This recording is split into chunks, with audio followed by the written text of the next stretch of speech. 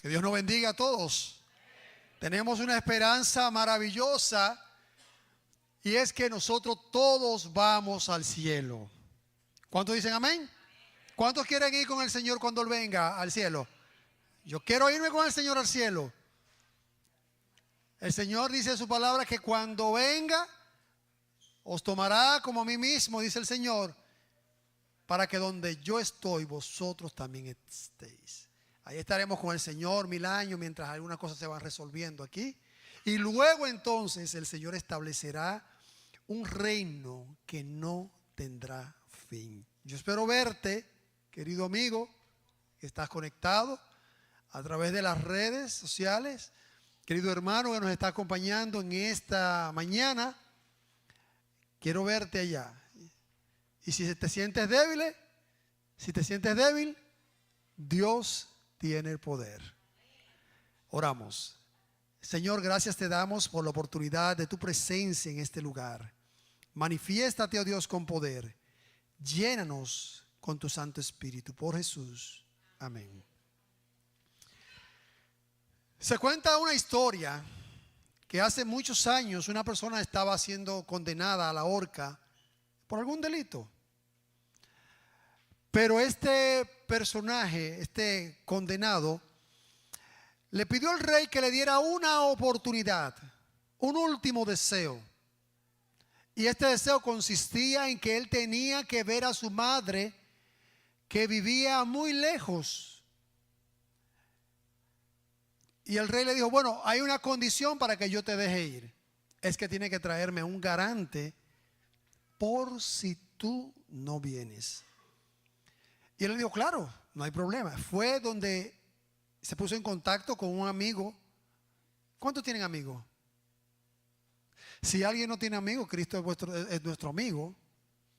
Yo espero que tengan un amigo. Este hombre fue donde, bueno, se contactó porque no podía salir todavía. Mandó a llamar a ese amigo y le explicó la situación. Y él le dijo, claro, no hay problema, yo me quedo. Y hablaron con el rey, entraron en acuerdo y el rey, muerto de risa por la situación, porque una persona que va a ser condenada está poniendo de garante a alguien que es inocente, y este se quedó. Así que este hombre que había sido condenado le dieron la libertad condicional para que fuera a visitar a su madre, a despedirse de su madre, y pasó el primer día, porque era lejos el viaje, el segundo día, el tercer. Se dictó la orden de qué momento iba a ser la condena, la horca, en la tardecita, casi antes de la puesta del sol. Cuarto día, quinto día. Y el rey y todos los que estaban en la cárcel se reían. Decían, pero qué hombre más tonto este. Él se pone de garante para darle la libertad a otro hombre. Y si no viene, ya él sabe que a él es que le toca. Vino el sexto y el rey todavía estaba riéndose. El séptimo día, que era el día ya en que debía el hombre presentarse, se preparó toda la tarima con el palo de la horca. Y ahí estaba el verdugo, que también se reía al ver a este hombre. El hombre tranquilo estaba el hombre. Toda la mañana, empezó la tarde, prepararon al hombre porque ya casi lo iban a ahorcar. Y cuando casi el rey da la orden para que ejecuten a aquel amigo, se vio a lo lejos en una cabalgadura que venía a galope rápido aquel hombre que había sido despedido para ir a darle su último adiós a la madre. Ya en los últimos segundos, aquel amigo llegó y le preguntó el rey al que quedó como garante, ¿y en algún momento te sentiste atemorizado o traicionado? Él le dijo, no, en ningún momento. ¿Por qué? Porque yo confío en mi amigo. Y cuando el amigo llegó, dijo, rey, aquí estoy, para asumir ya mi condena. El rey, al ver la honestidad de este amigo, que pudiendo haberse quedado, volvió a asumir su condena, puso en libertad a los dos. Uno le correspondía la libertad porque no era el condenado, pero el otro le dio la libertad por la honestidad que había en su corazón, en que aún habiendo quedado libre momentáneamente, no abusó de esa amistad ni de esa libertad momentánea, sino que volvió para compensar lo que se le había dado, que era la confianza. Hoy vamos a enfocar un tema en el libro de Mateo, capítulo 25, desde el verso 14 hasta el verso 30. Lleva como título: Cuando el rey pida cuentas. El libro de Mateo, en el capítulo 25, forma parte de un discurso escatológico de Jesús en los últimos días antes de la cruz. En este espacio, ya el Señor Jesucristo no está hablando de señales de su venida, porque ya había hablado. Ya había hablado de las señales del tiempo del fin. Ahora el Señor hace algo muy significativo. Él no da fechas, Él no da cálculo, Él da una parábola. ¿Por qué? Porque el problema del hombre no radica en la falta de información, sino en la falta de fidelidad. Tenemos información, la palabra nos da desde Génesis hasta Apocalipsis una serie de vislumbres, de informaciones, de notas, de versos, de ejemplos, de testimonios, de cosas que han acontecido cuando somos fieles a Dios, y sin embargo todavía algunas veces dudamos y viene en nosotros el deseo de ser infiel. Jesús nos está diciendo, en otras palabras: yo me voy, pero volveré. Y cuando vuelva preguntaré: ¿qué hiciste con lo que te confié?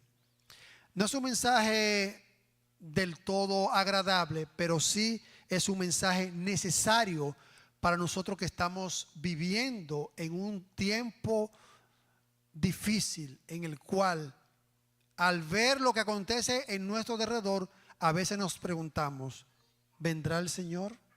¿Volverá nuestro Señor como tal lo prometió?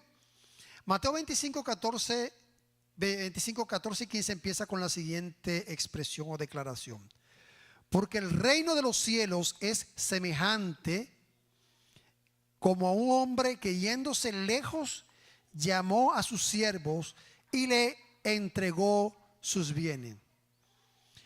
Era normal en el siglo primero o en los siglos primeros de este mundo que los grandes terratenientes, esos hombres empoderados, por asuntos de nombramientos, por compras, por diligencias de fuerza mayor, tuvieran que irse a la distancia y durar mucho tiempo.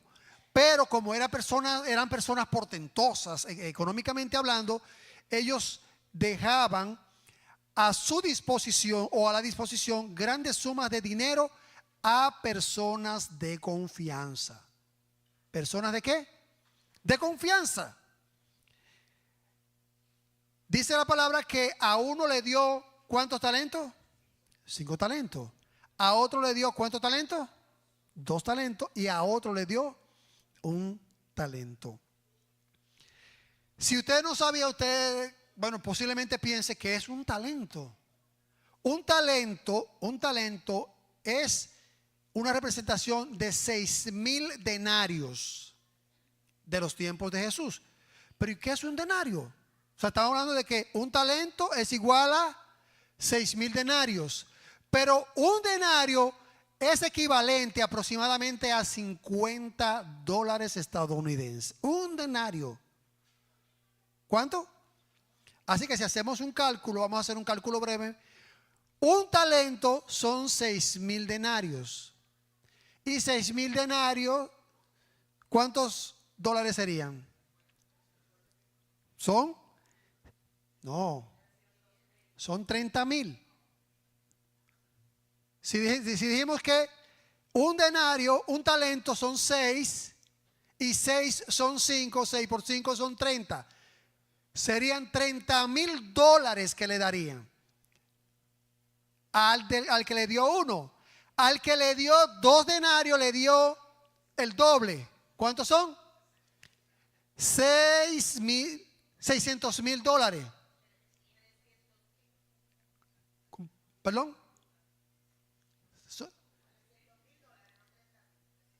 ¿Un talento? Oh, sí, correcto, 300,000. Son 600, entonces son 600 al que le dio 2 y al que le dio 5. ¿Cuántos son? Yo tengo aquí como $1,500,000. $1,500,000 le dio a ese que le dio 5. O sea que el Señor no le está dando poca cosa a pesar de, sino que le está dando una gran cantidad, que era equivalente a años y años de trabajo, de salario a una persona de los tiempos de Jesús. El texto dice de manera clave que a cada uno dio conforme a su capacidad. El Señor no mide la capacidad de cada uno de ellos. O sea, no lo compara, no porque este es mejor que aquel, no. Pero siendo sabio el Señor, le dio a cada uno según la capacidad. Porque el Señor conoce los obreros que hay en la viña. Él conoce. Él sabe la capacidad que tú tienes. Pero no escatima en darte la oportunidad o en darnos la oportunidad para que nosotros podamos poner a producir un talento. Y cuando el Señor habla de poner a producir un talento, es que lo que Él nos ha dado, nosotros podemos hacerlo crecer. No estoy hablando en ámbito económico, estoy hablando en todos los ámbitos de la vida espiritual, en la oración, en el canto, en la prédica, en el testimonio, en todas las cosas. Dios conoce la capacidad tuya y conociendo Él te da a ti un don especial para que tú lo pongas a trabajar para honra y gloria de Dios. El problema nunca es o no será cuánto recibiste, sino qué hiciste con lo que recibiste. Algunas veces vemos personas en la iglesia que tienen un don para orar. Y usted, cuando lo escucha orando, esa oración produce sanidad. Y usted dice, wow, ¿por qué? Yo recuerdo un caso, un testimonio de una hermana de mi iglesia en Santo Domingo, que ella fue diagnosticada con cáncer. No sé si ustedes habrán escuchado de este testimonio. Ella fue diagnosticada con cáncer y ella dijo, si el hermano Emérito Beltrán viene y ora, yo sé que el Señor va a hacer una obra. Porque ella sentía y veía en esa persona que era alguien que oraba con fe. Es como cuando usted escucha a alguien cantar. Usted dice, bueno, a mí me gusta oír cantar a varios hermanos, pero fulano me gusta más. Porque las canciones que él canta llegan al corazón, elevan el espíritu. Y esa hermana, esa señora que fue diagnosticada con cáncer, y no solo diagnosticada, fue desahuciada. No sé si conocen la expresión desahuciar. Es cuando lo mandan a su casa porque ya no hay remedio. Ya la persona no hay vuelta atrás. Esa hermana ya estaba desahuciada. Y llamaron al hermano Beltrán. Y el hermano Beltrán fue y oró. Eso hace más de 30 años. Mucho más de 30 años. Y yo me encontré con esta hermana aquí en Estados Unidos. Estaba en el Londres y yo veo a esa señora y digo, discúlpeme señora, ¿por casualidad usted es Matilde? Me dice, sí, yo soy Matilde. Y yo me quedé sorprendido. La obra que el Señor hace es una obra maravillosa. Entonces, Dios pone un don especial en cada uno de nosotros. La pregunta es que el Señor nos hará. No es cuántos dones tú recibiste. Él nos dirá, ¿qué hiciste con ese don que yo te di? ¿Qué hiciste? Dice el libro de 1 Corintios, capítulo 4, verso 2. Ahora bien, se requiere de los administradores que cada uno sea hallado como fiel. Cada administrador, todos nosotros somos administradores de los dones y los bienes que Dios nos ha dado. Y usted dirá, pero el Señor no me ha dado dinero. ¿Y tu familia? ¿Y el trabajo? ¿Y el carro? ¿La salud? ¿El tiempo? La sierva de Dios, Elena White, dice que de ninguna otra cosa Dios pedirá mayor cuenta que del tiempo. Yo soy una persona que trato de no perder el tiempo porque yo sé que el tiempo es valioso y es uno de los dones más preciosos que Dios puede darnos. Todos hemos recibido algo, algún don, tiempo, oportunidad, influencia, recurso. Nadie en lo absoluto está vacío. Nadie está excluido. Todos hemos recibido de Dios para administrarlo y ponerlo a producir. Los versos 16 y 17 dicen claramente que el que recibió 5, inmediatamente el Señor se fue. ¿Qué hizo él con esos 5? Los puso a producir y ganó 5 más.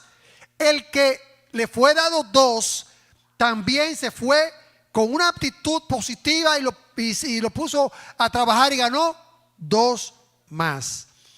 Estos 2 siervos tenían algo muy importante que también debemos poseer nosotros como creyentes y como hijos de Dios. Uno es aptitud y otro es actitud. La actitud, podríamos decir, parecen lo mismo. La diferencia es la C y la P, pero tienen diferentes significados.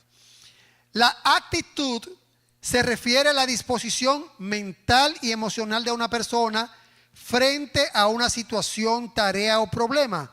Es la forma en que alguien enfrenta retos, cómo se comporta y que algunas veces no tomamos en cuenta el medio. Y es ese niño que de manera desinteresada y de corazón, porque no fue un niño que dio pataleta, ay, no me quite mi comida. Él entregó de manera desinteresada y de corazón esos panecillos y esos pececillos que su madre le había preparado, lo compartió y vemos cómo Dios obró maravillosamente en esto. De forma tal que no solamente el milagro se notó en la acción de Jesucristo, en la multiplicación de los panes, sino en la obra que el Señor hace a través de lo más mínimo o quizás lo más insignificante.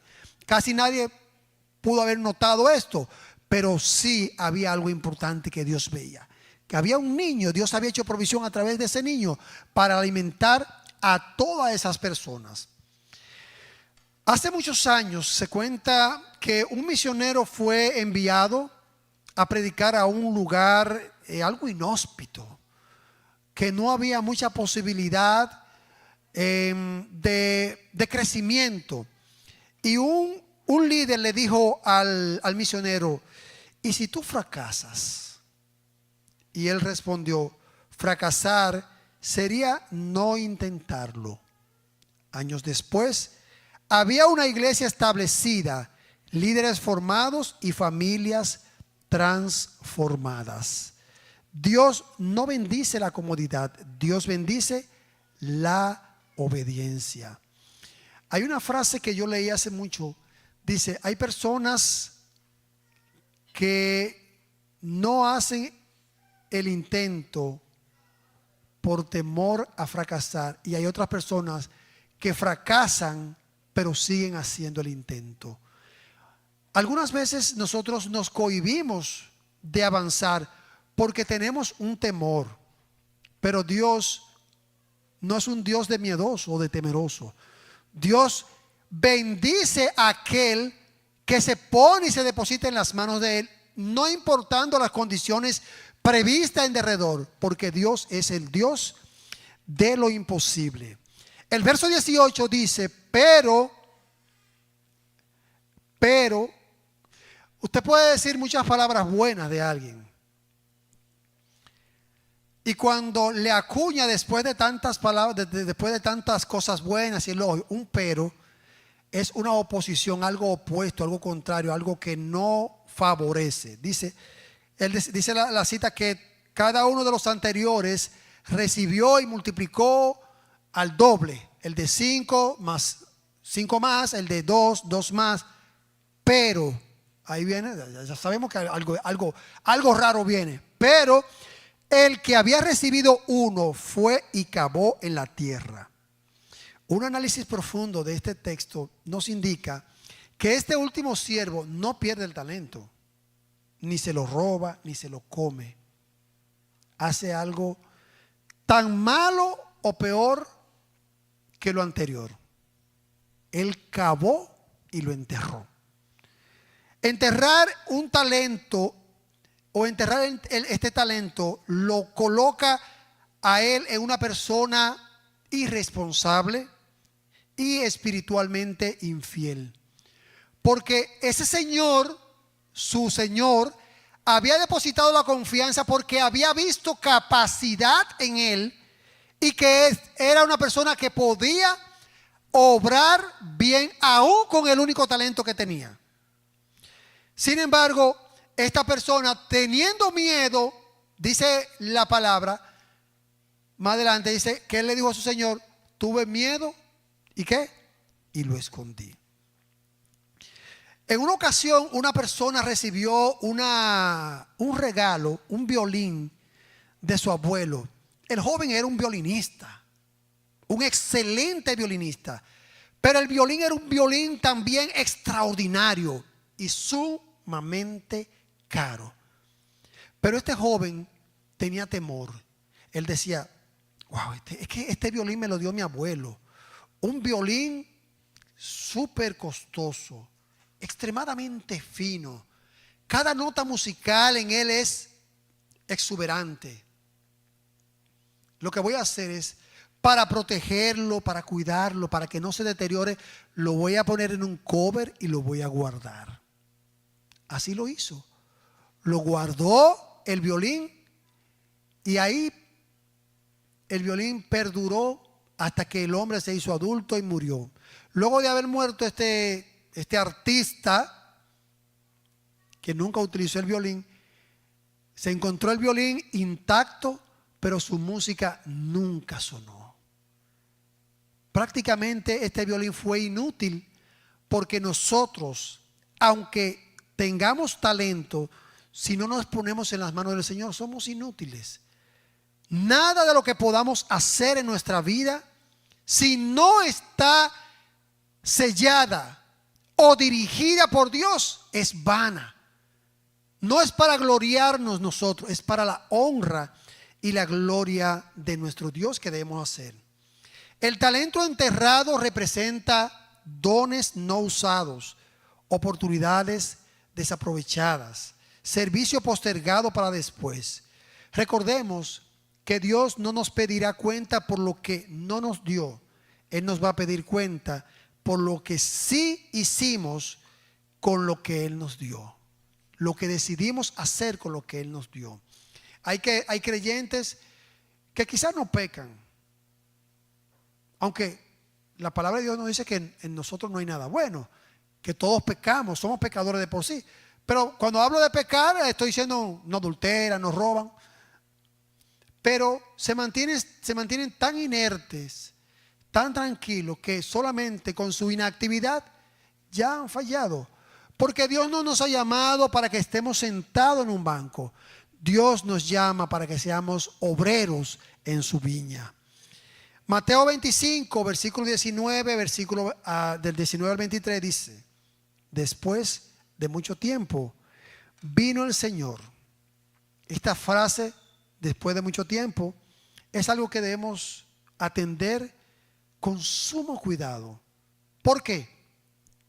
Porque esto representa algo en la vida espiritual de cada uno de nosotros con respecto a la presencia del Señor. El Señor Jesucristo anticipa una espera larga, pero su regreso, ¿cómo es? Seguro, es inminente. El Señor dice que, al igual que en la parábola de las vírgenes, tardó, el novio tardó, pero quiere decir que no llegó. Llegó. Muchos dirán, dice la palabra, ¿dónde está la promesa? Porque hace mucho, desde que nuestros primeros padres durmieron, el Señor dijo que vendría y no ha llegado. No sabemos nosotros que el Señor, lo que es misericordioso con cada uno de nosotros, no queriendo que perezcamos, sino que procedamos al arrepentimiento, y que para el Señor un día es como 1000 años y 1000 años como un día. El Señor no se rige por el tiempo del día y la noche. Él tiene establecida el día y la hora en que Cristo ha de venir, pero por amor y por misericordia a nosotros, quizás parece que la espera es larga, pero la venida del Señor es segura. Lo que tenemos que preguntarnos: ¿qué estoy haciendo por Cristo? Como dice el himno, ¿qué estás haciendo por Cristo? Cada día que el Señor te da es una bendición para nuestro crecimiento y desarrollo espiritual.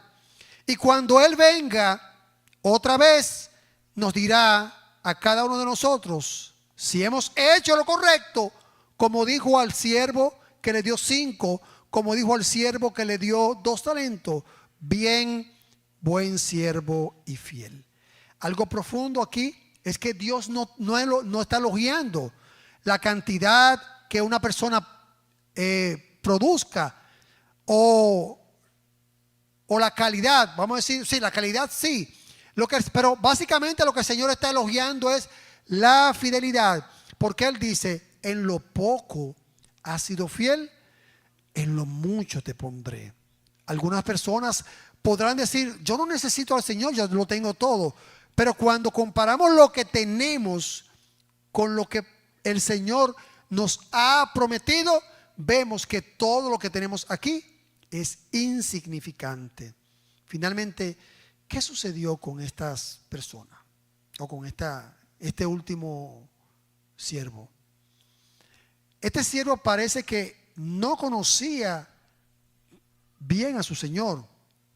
No conocía en profundidad la intención de su Señor. Porque él dice: Señor, yo conozco que tú eres un hombre duro, que busca que siga donde no sembraste, y así sucesivamente.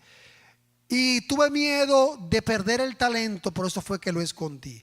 El problema de este tercer hombre, de este tercer siervo, era que tenía una imagen distorsionada de su Señor. Muchos, lamentablemente, podríamos buscar a Dios por temor. Hemos leído en el libro de Pedro que todo lo que vemos va a ser consumido. Hemos escuchado que el Señor no dejará del pecado ni raíz ni rama, que cuando venga el Señor va a dividir las ovejas de los cabritos, y a uno le dirá: venid, y al otro le dirá: apartados de mí. Y eso hace que en cierta manera en nuestro corazón surja algo del temor. Pero cuando nosotros buscamos a Dios por temor, no estamos andando conforme a la voluntad de lo que Dios quiere. Él quiere que vengamos a Él por amor, no por temor. Porque si aún tú decides andar supuestamente en obediencia por temor a perderte, te vas a perder. Te vas a perder. Porque tú no vas a estar en la presencia de Dios temiendo. Tú vas a estar en la presencia de Dios porque le has amado. Cuando nosotros amamos a Dios, hacemos la obra no por el temor, sino por el sentimiento que embarga nuestro corazón. Una mala teología produce una mala mayordomía. Si no conocemos, si tememos a Dios, temor de miedo, entonces no vamos a ser buenos mayordomos. Pero viene el día en que tendremos que presentarnos delante del Señor. Será un momento en el que podremos excusarnos delante, que no podremos excusarnos delante de Él. Será un momento en el cual se evaluará toda nuestra incapacidad y nuestra negligencia. El Señor nos dirá a nosotros, ¿qué hicimos con lo que se nos fue dado? Y finalmente vendrá el juicio. Como dice el versículo 30, quitadle el talento que le fue dado, dáselo a otro, y este será echado fuera. Nosotros somos siervos de Dios escogidos con un propósito divino. Cada uno de nosotros, conforme a la medida de lo que hemos recibido, seremos juzgados delante de Dios. La higuera, al igual que estos siervos, tienen cierto paralelismo. ¿Cuál es el paralelismo que vemos en la higuera estéril con respecto a este hombre que recibió solamente un talento? La higuera fue plantada con un propósito. Todo árbol plantado es con un propósito, dar fruto. Aunque sea un árbol de madera, la madera es su fruto. Este siervo recibió, o estos siervos recibieron talento con una intención, y era que diera fruto. El tiempo concedido comparativamente es el tiempo de gracia. A la higuera se le dio un tiempo prolongado, un tiempo adicional. Y dice el libro de Mateo 25:19 que después de mucho tiempo fue que el Señor vino. También le dio tiempo de gracia. La falta de fruto es una respuesta. La higuera no dio fruto. El siervo inútil dio fruto, no dio fruto. No decidir también es decidir. El Señor dice en su palabra, el que no es conmigo, contra mí es. El que conmigo no recoge, desparrama. A veces creemos que quedarnos inactivos, eso nos exime de juicio. Sin embargo, ahí regularmente se dice en la Iglesia Católica que el Señor, que pedimos perdón al Señor por omisión. Eso es común en la Iglesia Católica. Hay un pecado de omisión, pero podríamos decir que también nosotros conocemos ese pecado. Porque cuando Dios te dice, mira, ve y predica, o ve allí y llévale al alimento a aquella persona, si nos quedamos sentados, ¿estamos haciendo la obra del Señor? No. Eso es también, podríamos decir, una desobediencia o un pecado de omisión. Estamos pecando porque no estamos cumpliendo la palabra de Dios ni las órdenes que el Señor nos ha dado. Dios, vuelvo y reitero, no nos juzgará por lo que nos dio o por lo que no nos dio, sino por lo que hicimos o no hicimos con lo que Él nos confió. Hoy, querida amada iglesia, hoy es un día no para enterrar talentos. Hoy no es un día para enterrar los talentos. Hoy es un día para decirle al Señor, yo en este nuevo año no quiero ser estéril. Yo quiero ser una persona que dé frutos para tu honra y tu gloria. Yo quiero ser una persona que frutos de amor sean evidentes en mi vida y que también frutos de gracia puedan ser vistos por los demás. ¿Qué estás haciendo tú? Dice la palabra de Dios, el apóstol Pablo escribe al joven Timoteo, porque posiblemente tú como joven dirás, yo eso se lo voy a dejar a los ancianos, o se lo voy a dejar al departamento de obra misionera. O yo se lo voy a dejar eso al departamento de Dorcas, que son personas adultas, aguerridas, preparadas. Yo soy joven. Yo no tengo todavía ese talento para hacer esas cosas que ellos hacen. Pablo le dice a Timoteo, ninguno tenga en poco tu juventud, sino sé ejemplo de los creyentes, de los fieles, en palabra. ¿En qué? Debemos cuidar, jóvenes, cuiden sus palabras, en conducta, en amor, en espíritu, en fe y pureza. Y luego también agrega, porque yo sé que, porque todos hemos pasado por aquí, por esa línea de la juventud. Unos han experimentado, otros no. Pero Pablo dice, entre tanto que voy, ocúpate en la lectura. Una de las cosas que ahora mismo está lacerando la vida espiritual de los jóvenes de la iglesia es que no se quieren dedicar a la lectura. No quieren estudiar el folleto, no quieren leer los libros de espíritu de profecía, no quieren leer libros de la iglesia y no quieren leer la Biblia. Sin embargo, recuerden que la palabra de Dios es útil para corregir, redarguir e instruir. Si como joven tú no te preparas espiritualmente, cuando te toque la oportunidad de dar razón de la fe que has creído, ¿de qué le vas a hablar si no estudias? Entonces dice el apóstol Pablo, en cuanto yo voy y vengo, ocúpate de la lectura, la exhortación y la enseñanza. No descuides el don. Ahí era que quería caer. No descuides ese don que Dios ha puesto en ti. Si tú cantas, no lo descuides. Si tú oras, sigue orando cada día más. Si predicas, sigue haciéndolo. Porque haciendo esto, dice el apóstol, salvarás a otro y te salvarás a ti mismo. Hoy es tiempo de que hagamos un compromiso con Dios y es de serle fiel a Dios, como dice la palabra, la sierva inspirada, aunque se desplome el cielo y la tierra, aunque en derredor nuestro veamos personas que no son creyentes o creyentes que no anden en el camino del Señor, decidamos hoy ser fieles a Dios para que oigamos la palabra del Señor en aquel glorioso día. Venid, buen siervo y fiel, sobre poco has sido fiel, sobre mucho te pondré, entra en el gozo de tu Señor.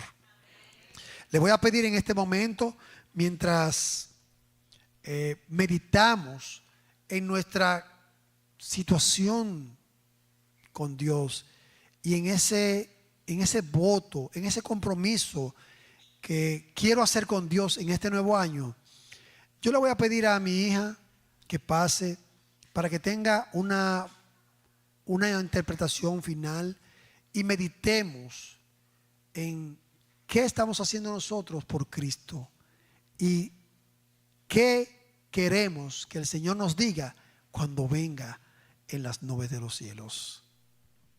Señor y Padre, estamos en tu presencia, oh Dios, presentándose, oh Dios, nuestra vida. Señor, no es nuestra. Tú nos las has dado para que la administremos. Nos ha dado, oh Dios, nuestras familias.